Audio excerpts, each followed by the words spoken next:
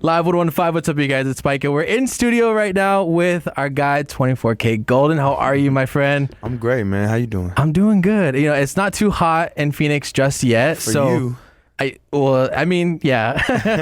It gets average like 115. So is this hot for you? Yeah, this is hella hot for me. Where are you from? I'm from San Francisco. Oh, Bay Area. So we get 70 degrees and we're like, oh, throw on the shorts. It's time to go. Yeah, us, it's like, what, like 110 is kind of average for us. So, Jeez. yeah, it's crazy. It's crazy. But for those that don't know, where does the name 24kGoldn like come from? What is inspired by that? So my real like birth name is Golden. Really? Really. So when I first started making music, I was just Golden. Okay. And I would tell my friends, yo, look me up, check me out. And they type in Golden and they get a million billion things that wasn't me. Right. So I was like, man, I gotta like search engine optimize my name. Right. So I put the 24K in front because that is the most pure form of gold. Mm-hmm. And me making music, being an artist, that's the most pure form of golden. Absolutely. I love that. And I love that your name is actually Golden too, like Golden. Yeah. That's so sick, I know bro. my parents are the best. Yeah, dude, it honestly rings true through your music and through everything too. I mean, and congrats on the new album, Growing Pains. Thank you. I did listen to it. Thank you. And so, how does it feel to have like this new era of music released into the world? It feels good, man. It's nice to put out a body of work rather than just a single and like give people something to sink their teeth in that is cohesive and tells a story and just got like a sound to it. Right. Now, was there a specific difference that you noticed from the first album to this album? Yeah, absolutely. I think this one is like a lot more personal. Mm-hmm. I found a lot of strength in vulnerability and telling my story. And yeah, I'm just proud that I was able to put that out there in that way. Yeah, for sure. I want to touch on the personal thing because I want to talk about the cover. Because my guy had the dogs out in the cover. Yeah, I definitely had the dogs out. But I mean, I noticed that you guys were sitting in a couch or in a living room, like with your homies. Like, was that always the vibe of the album? Like, just kind of chilling with your friends? So that cover is the house that I grew up in. That's my living room. Wow. That I played in, ate in, cried in, you know, slept in, and everybody in that picture is somebody in my family. Really? So it's really just like an ode and an homage to my roots, my city, San Francisco, and everything that made me the man I am today. Right. And obviously that kind of correlates with the album title, Growing Pains. Yep. So what has been one of like the biggest lessons that you've learned in making this album or making this new era? I don't know. I was very aware, even when I started making music, that like, yo, I'm gonna go up and I'm gonna grow as an artist. Right. But I'm so young. I started making music when I was 15. I'm 23 now. That I was still gonna have to grow as like a person, as a man, along that journey. So I think the biggest difference has just been like coming into the creation process with more maturity, more self-awareness, and more of like a message of what I want to say. Right.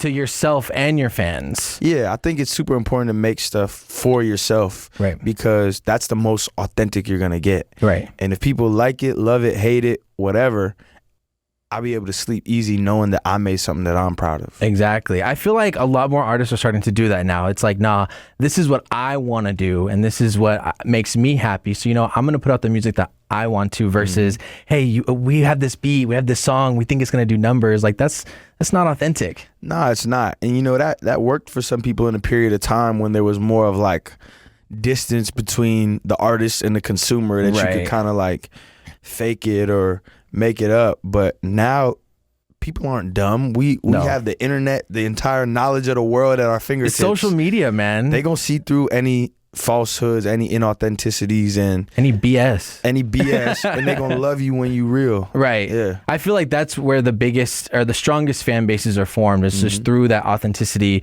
with the artists, because they can relate to it. Yes. Not everybody can relate to the cookie cutter. Oh, I came from the picket fence house story. Everyone can relate to, hey, you know what? We all had our struggles growing up. Yeah. So let's all relate to this, and we can all grow together. Yeah. Yeah, I think there's really something for everybody in this project. Oh, for sure, for sure. Speaking of that, one of my favorite songs is actually Rush. Yeah. And so I want to know, was there like a favorite song or a process that you had creating, this album? I mean, every song was its own like beautiful moment in itself. But since your favorite is Rush, I'll talk about Rush. Okay. So I do this thing where I get ideas randomly, melodies that I kind of just like describe as like capturing lightning in a bottle. It doesn't come from me. I'm just the channel for it. And when I get those kind of ideas, I pull out my phone and I'll take a voice memo. So that one started as a voice memo and evolved into this sonic soundscape that it became. Really? But it was just a voice memo of the hook melody, and everything else kind of just came naturally. It just kind of flowed right after that. Exactly. Yeah, I just love that intro. You know what I'm talking about? The claps. Like, yes. And so that always gets my attention. And then just even hearing the lyrics of it too, like I just love it, bro. It's really good, really good. When writing and creating your music, you know, what does that process look like? I mean, like you said, you talked about just being on a voice memo, but like, is that always the case, or do you have raps that you write out and then find a beat? Like, what is your process in creating music? Well, I think that for me, there's no like step 1, step 2, step 3 kind of method. It's like whatever lends itself to being the best method at the time, that's what I'm gonna go with. So some songs start as a voice memo.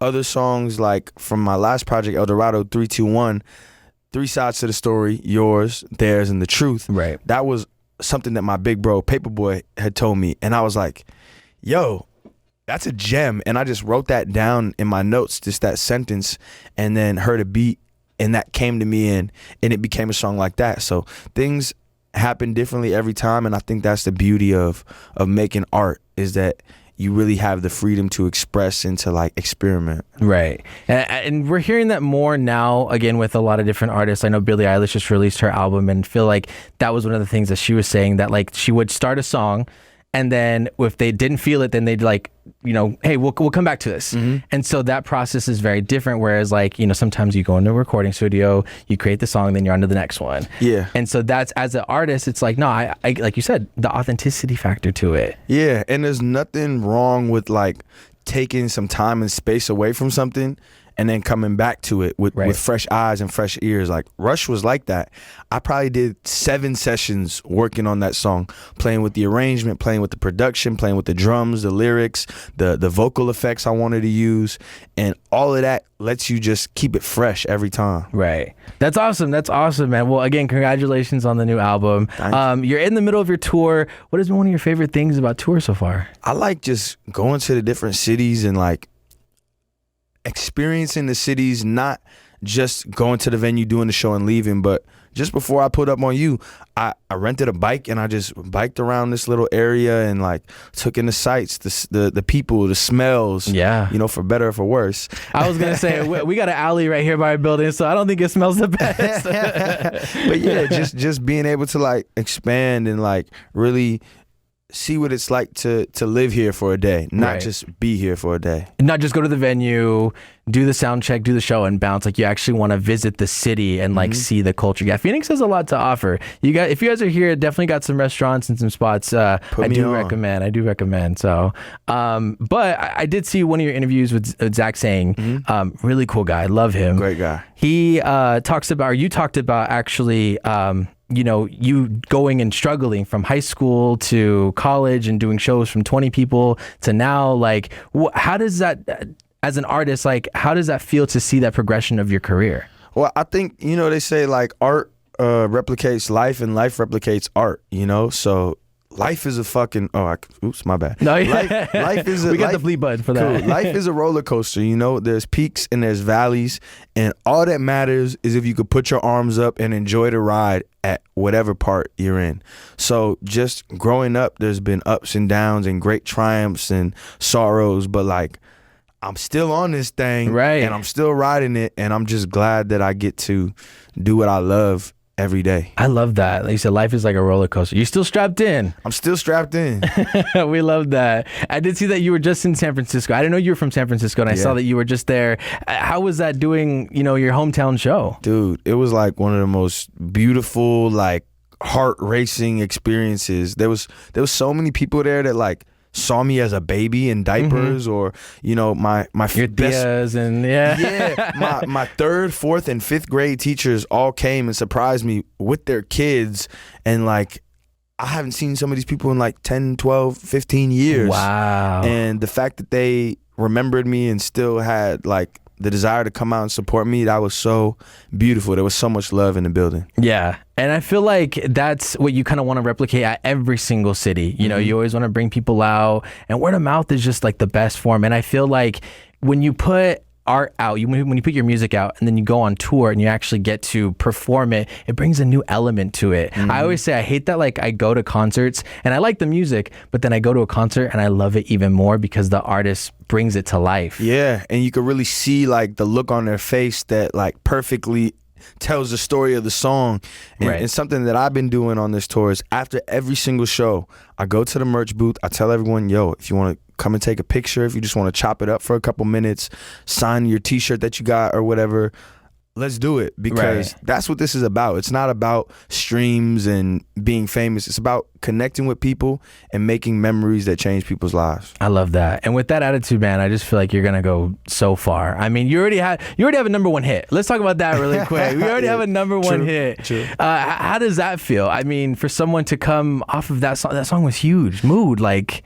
Yeah, man, it's one of the biggest blessings I've ever had in my life. You know, to have a song connect with people, especially in a time like the pandemic, Right. when there was so much strife, there was so much stress and anxiety.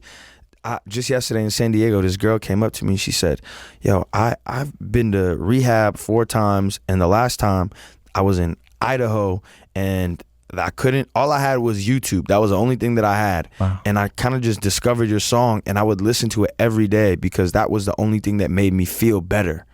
And like, it damn near brought a tear to my eye, because I'm Right. like, whoa, the things that I'm doing in my home that I love actually affect people's lives. And that's so beautiful. Yeah, I love that because like you said, it was during the pandemic. So Yeah. how ironic is it that at a time where we were all isolated, your music was connecting with so many people? You More know than what I mean? ever, Like, yeah. that's crazy. That's crazy, man. Well, again, congratulations on the tour, on the music and everything.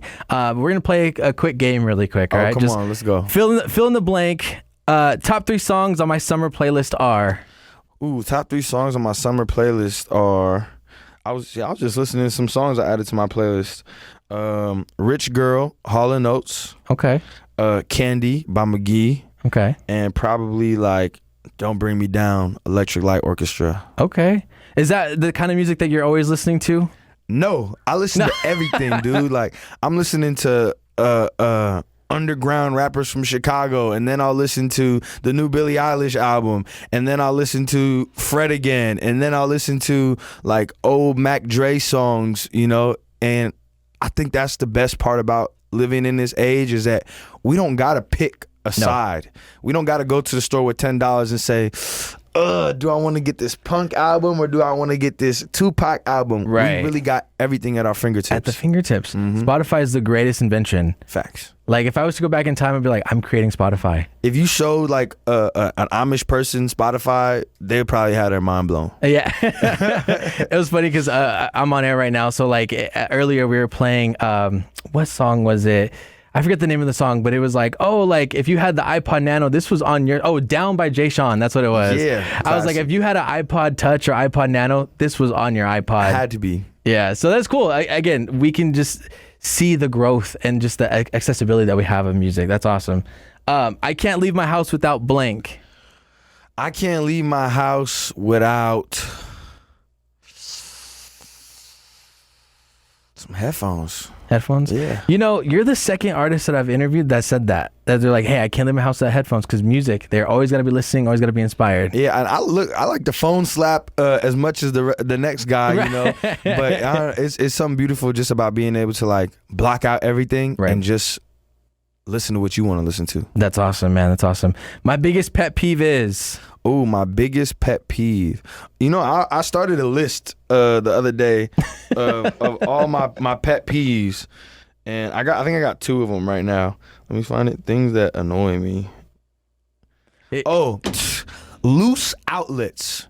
Like when you plug something into the wall and it's like not fully sticking in there, I'm like, what is the point of this outlet even being here?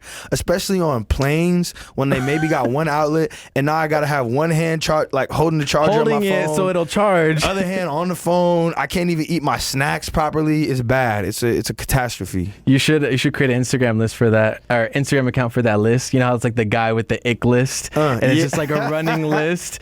You'd be like, biggest pet peeve: loose outlets. Loose outlets. That's my number one enemy right now. That's so funny, man. In my spare time, I like to blank. In my spare time, I just like to see stuff. I just like to experience, whether it's food or go to like a random like dive bar and someone's playing music here. Definitely food though. I definitely like to eat. So don't forget to give me them restaurant recommendations. No, I got you. I sent them to you earlier, but I'm gonna put you guys on. All right. Thank you. Hey, Golden. Hey, thank you so much for coming in studio, hanging out with us. Have so much fun at your show tonight, Crescent Ballroom. I love that venue. The good people over there, and they also got good food too. So let's go. But yeah, just let everybody know what's going on in your life, and let them know where they can find you at. Hey man, it's 24kGoldn. You can find me everywhere that you can find people at. It's Golden without the E because I was taken on Instagram back in the day. But yeah, man, listen to the music. Check out how tour has been on my Instagram. And most importantly, have a beautiful day. Awesome, man. Hey, thank you so much for coming in. Appreciate you. Thank you.